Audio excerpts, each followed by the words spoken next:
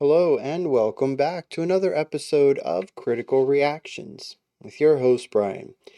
We're going to start today off with a special selection, which is where one of you tell me exactly what it is I need to check out. Today's special selection comes out as from Christopher. This madman might be best enjoyed in the absence of context. Much love and support from Sweden.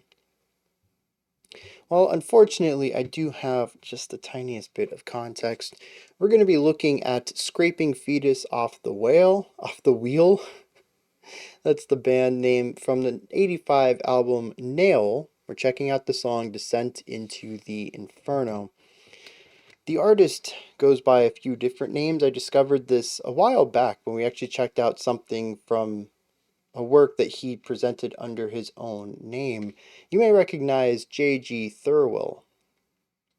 That is the person behind this project. I know them primarily for their work on the Venture Brothers soundtrack, but they also had a lot of stuff outside of that, and Foetus is one of those projects where each album, it seemed, had a different band name, project name, with this one being Scraping Foetus off the Wheel. So let's dive into this with that little bit of context and see what Foetus is bringing to the table today. Also, I'm pretty sure this video is demonetized, given how many times I've said fetus in the opening 2 minutes. Disguised as a room with a view. I used to be in heaven looking down. Now I know the Inferno from the inside. And you can't see out the windows when smoke gets in your eyes. And eyes just wanna What a timbre shift on the vocals.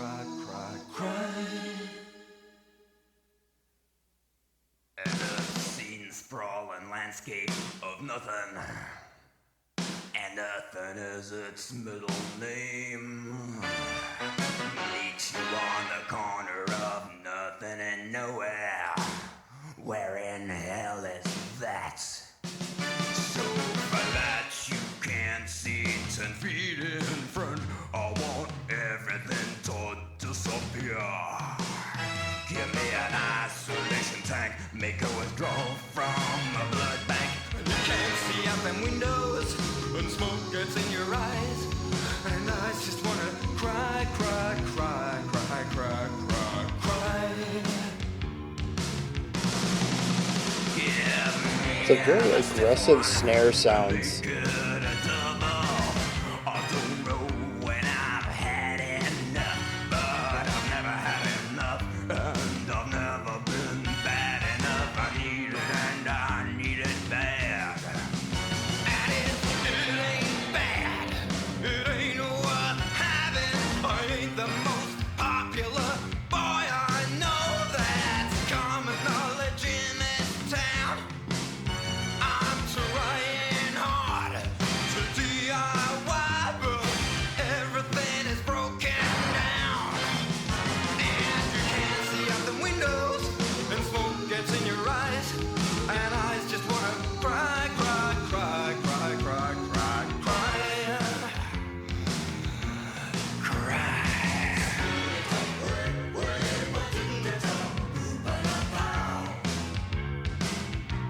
It's really difficult to place any of this. Ooh, a little bit of an accelerando going on. Yeah, okay. Glory, glory, hallelujah. You get what's coming to you. You get a stomach tumor. You get a stake right through your heart.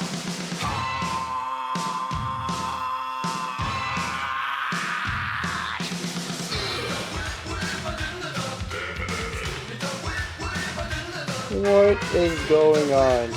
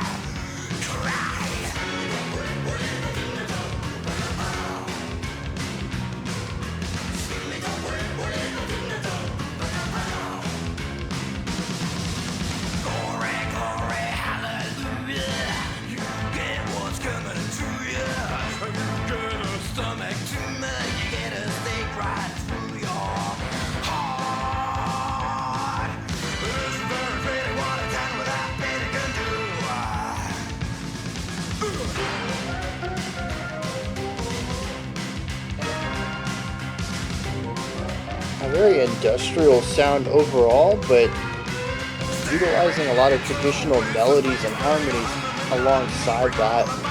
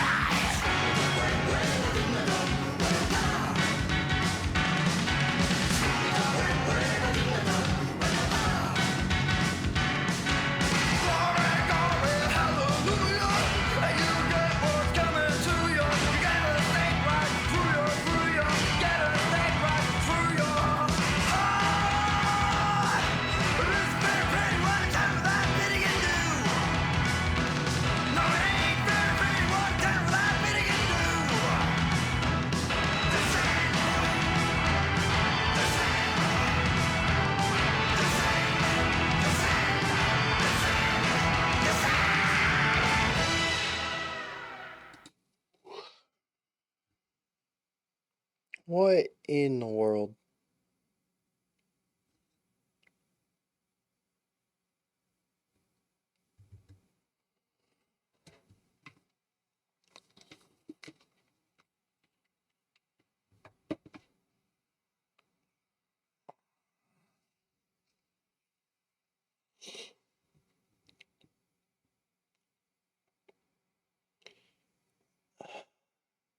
My initial thoughts on this are something along the lines of what a perversion of sound.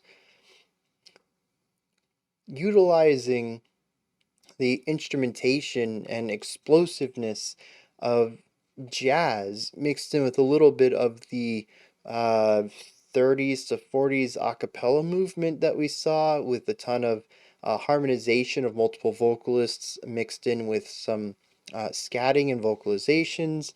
All in all, it harkens back to an earlier era of American pop music in so many ways, but harmonically, it perverts them into something hellish and antagonistic. All of it paired with a very modern, for the time, industrial sound. Much of the percussion feels like tools being banged against each other and mixed with a ton of grit on the vocals.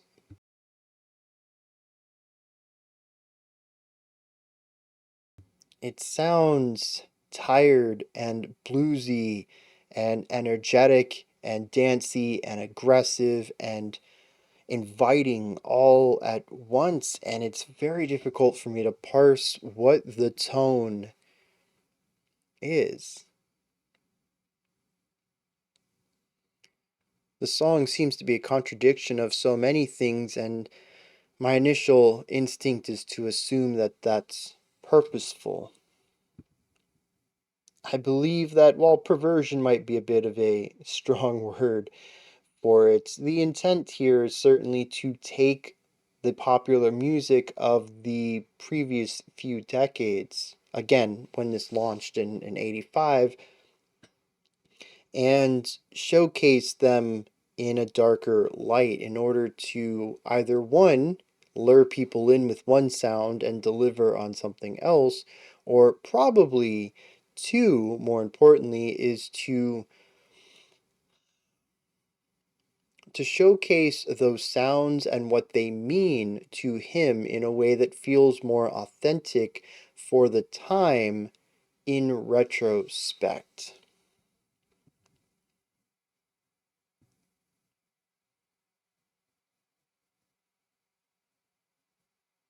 Regardless of what the intent was on it, it's impressive that it comes together in the way that it does. It feels completely disjointed at times, but in a way that works, and I think the consistency of inconsistency is what makes it consistent, if that makes sense. Kind of cyclical way to look at it.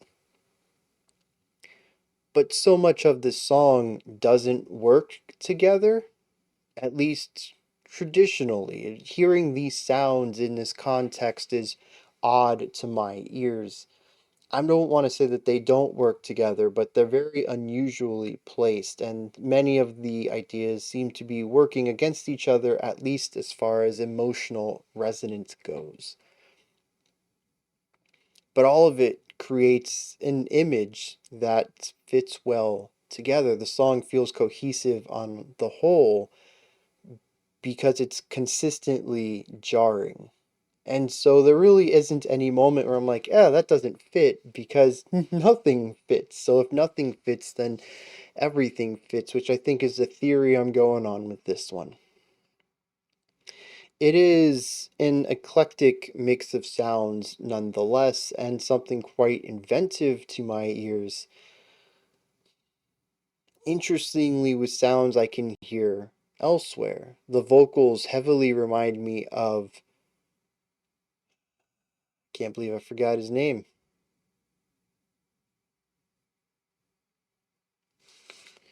He we checked out the song Tom Waits. There we go. The vocals in places remind me of Tom Waits. His cleaner, brighter vocal style reminds me a bit more of almost show tune singing. The industrial stuff reminds me of what Swans was doing around this time. As I already mentioned, there's a big 40s kind of vocal vibe going on in here. I can hear influences both that influenced them and possibly how they influenced others that came after them. I don't know how big this band was, but they certainly have a sound that was of their time, but on the cusp of being ahead of their time. As I mentioned, other bands were doing the industrial stuff too. Who knows who influenced who around this time? If anyone has insight into that, let me know. But I certainly hear elements of other industrial uh, music coming out around this time that sounded familiar, and even after it.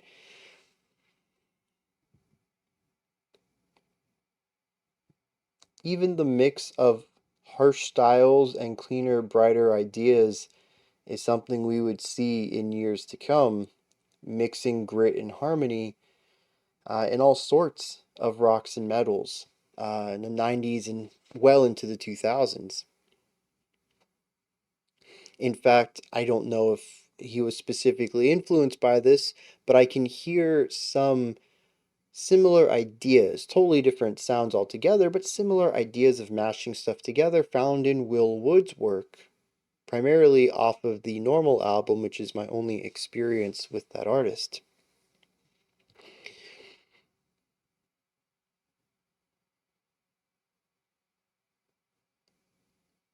It is interesting though.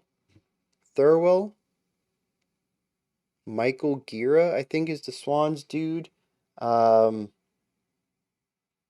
Will Wood, Tom Waits. These are all solo singer-songwriter type people.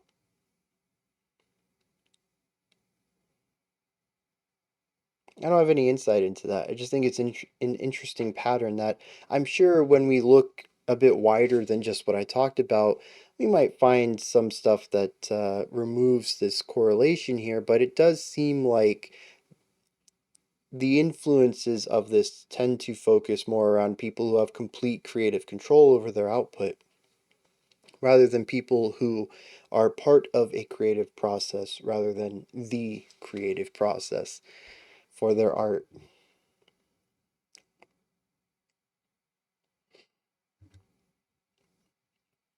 The vocal variety is impressive. Given the song is 6 minutes long and our opening vocals are kind of low and gritty and bitey, I was a bit wary about where it was going. I didn't have a problem with it in small bites, but as a predominant sound for 6 minutes, I certainly wasn't going to be as tolerable of it by the end. And it was nice to have the other voice to go along with it. I kind of wish we would have had more of it, but maybe this is one song that just favors the grit over the clean. Maybe other songs are the inverse of that. It is wild to me that he can create such a hardened, of the earth, seen better days type of character with one voice and a clean, pretty, well off voice with the other.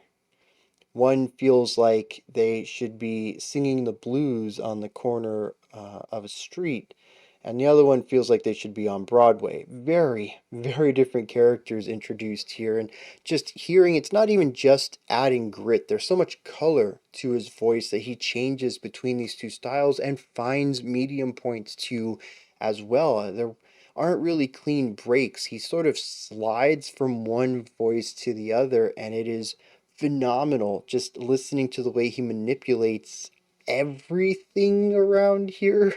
Vocal cords, throat placement, palate placement. I don't know if any of this is real stuff that goes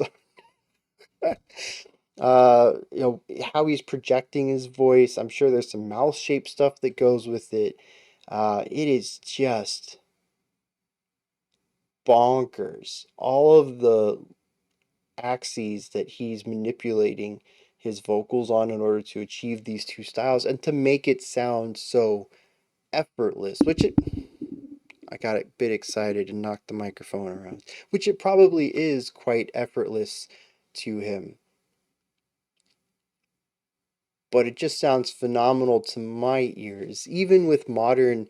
I mean, this is sort of a modern thing too. A single vocalist doing harshes and cleans. That's very common these days in metal and even a bit more in rock.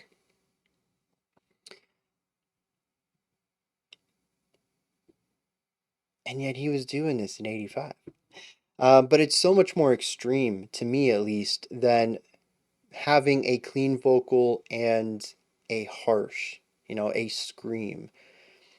This is a gritty, dirty clean and a projected theatric clean. It's two styles of clean here. Nothing he's doing is pure false chord um, like modern day harshes are. Like I said, it's not even just like on and off. He gradually slides from one to the other. It's just bonkers, man. Musically, this song takes a little bit of time to get off the ground.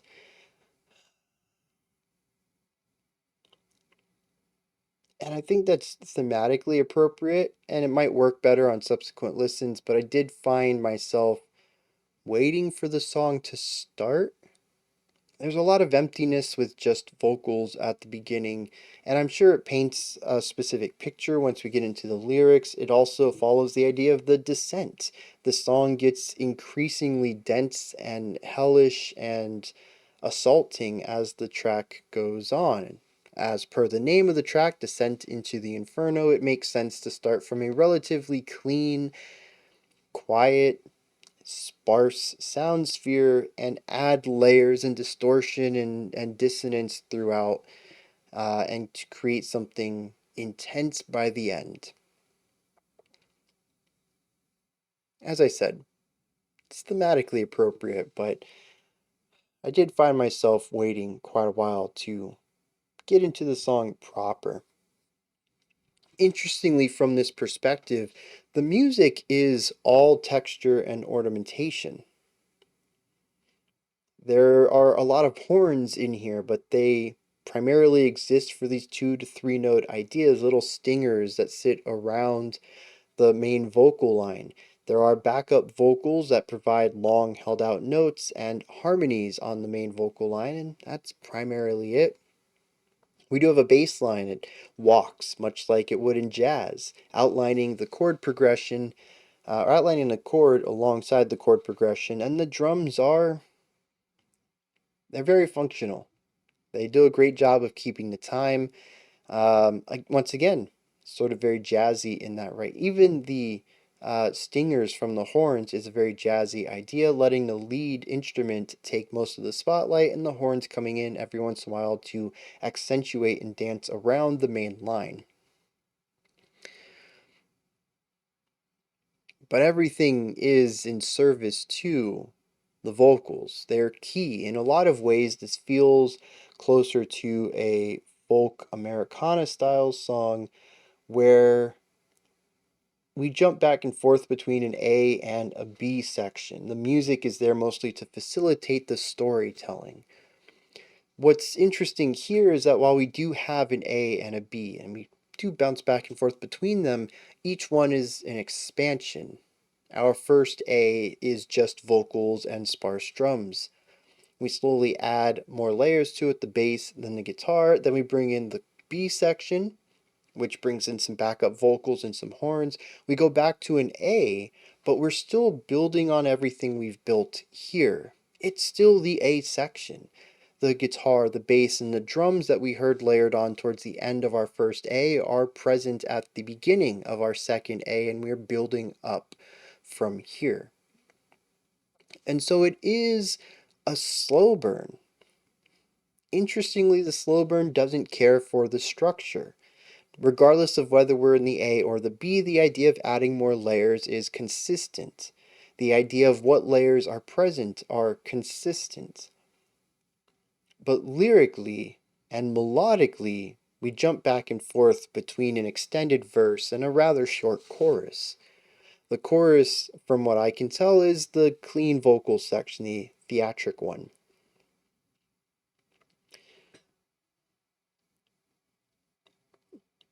All of this builds until we hit a brand new C section after the third chorus, I think it was. And this sort of takes us to the outro. I don't think I picked up on any repeated elements in our final couple of minutes. Another very forward-facing idea here is to, after the bridge, not return to an A or a B, but to go towards a brand new outro entirely. Once again, something ahead of its time.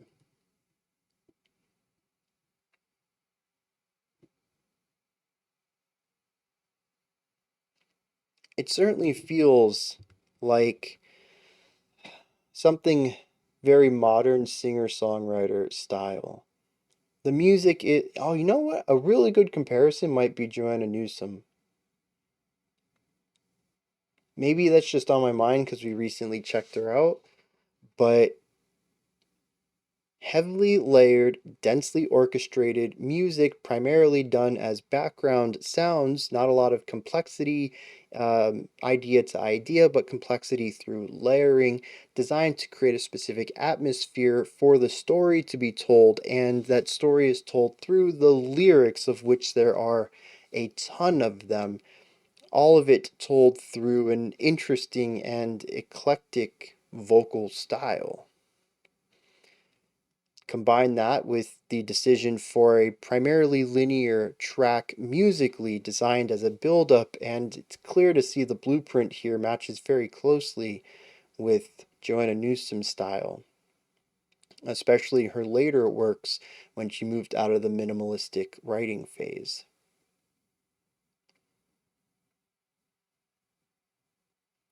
Exceptionally different executions of this idea. I don't think anything here musically really sounds like Newsom, but the blueprint, I think, is undeniably similar. I'm not saying Newsom had ever heard of Foetus or had been influenced by them or him, J.G. Thirlwell. Um, it's not like this is an exceptionally new or distinct blueprint here for crafting a song, but it's interesting drawing the parallels there, especially since as I started this section, I was kind of going in the direction that this is kind of typical singer-songwriter folk stuff.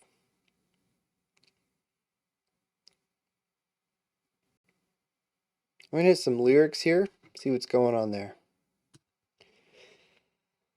So this song is about somebody who has seen some good in their life. but has also seen the bad. And the bad has certainly won them over in their experience and has sort of turned them into a spiteful person. It almost seems as if some of this is spoken about a place. After all, the chorus says you can't see out them windows and smoke gets in your eyes. Your eyes just want to cry, cry, cry, cry. An obscene, moving into verse 2, an obscene, sprawling landscape of nothing. Meet you on the corner of nothing and nowhere. Where's that? So flat you can't see 10 feet in front. There's a place, it seems, that did this to him. Verse 1, we go back to the very, very beginning of the track. Another hungover morning in the bottom of the Black Lagoon, purgatory disguised as a room with a view. The idea of being hungover comes back in verse 3. Give me another stiff one and make it a double. I don't know when I've had enough, but I've never had enough. We have a little bit of wordplay here, going along with the little repetition of the phrase. He says, but I've never had enough and I've never been bad enough. I need it and I need it bad. And if it ain't bad, it ain't worth having. A lot of little bits of wordplay, repeated lines, variations on lines to kind of get us out of this idea of never having enough and knowing exactly what's worth having. Interestingly, after our third verse, we hit our third chorus, and that takes us into the bridge. I called the structure right, which I'll be honest, I was only like 70% sure on because things get real cloudy after this. According to these lyrics, we hit a bridge and then a verse 4, a verse 5, another chorus, which I don't remember, two more bridges, a verse 6, a third bridge, a final chorus, two more bridges, and an outro. Yeah, moving a little bit away from the standard structure there. But I did catch on that we had three verses before the chaos. That takes us to the outro, the track. But things don't really change going forward in here at all. The music does get more intense, it gets more hellish, it gets more layered. It introduces more stark clashes between the brighter, cheerful sounds of the musical styles he's imitating and the darker and sounds that he's trying to pair them with. Lyrically, though, we just continue on into the same directions. It says, whatever happened to the human race? What happened to the humanistic faith? He says, I want to get out, but there ain't much hope of that. I've fallen into the abyss like a roach in a trap. He's not getting out of this darkness.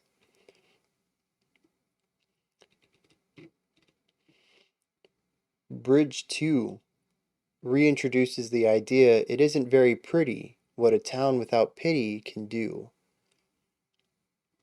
Going back to the concept I had that a place is what made him so bitter. Verse 6 says, staring into a waste of space, bring on the monotony, bring on the lobotomy, and make it a double, and make it a pact. I've had more than I can stand in odor of maniac. And I've had more fun in an iron lung. Which is really talking about how terrible this place is.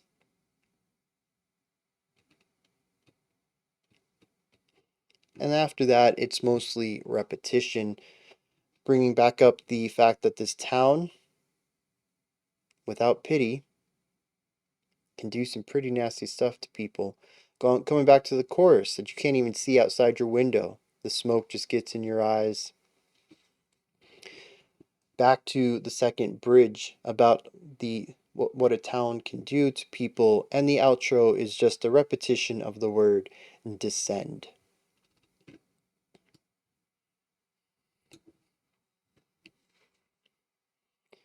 I wonder then if this isn't a literal tale of a descent down into some darkness, but literally how someone can start so high, maybe coming in with fresh eyes and being beaten down by a city.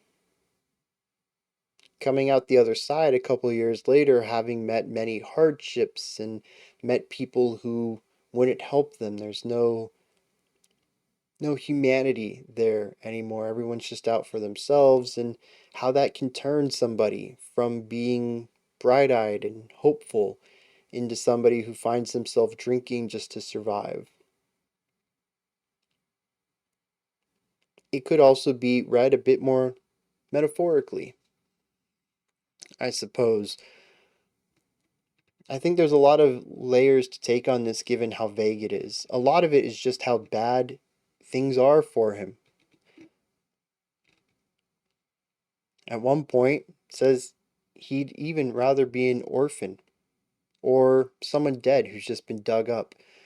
That living is just not great, the life he's had here.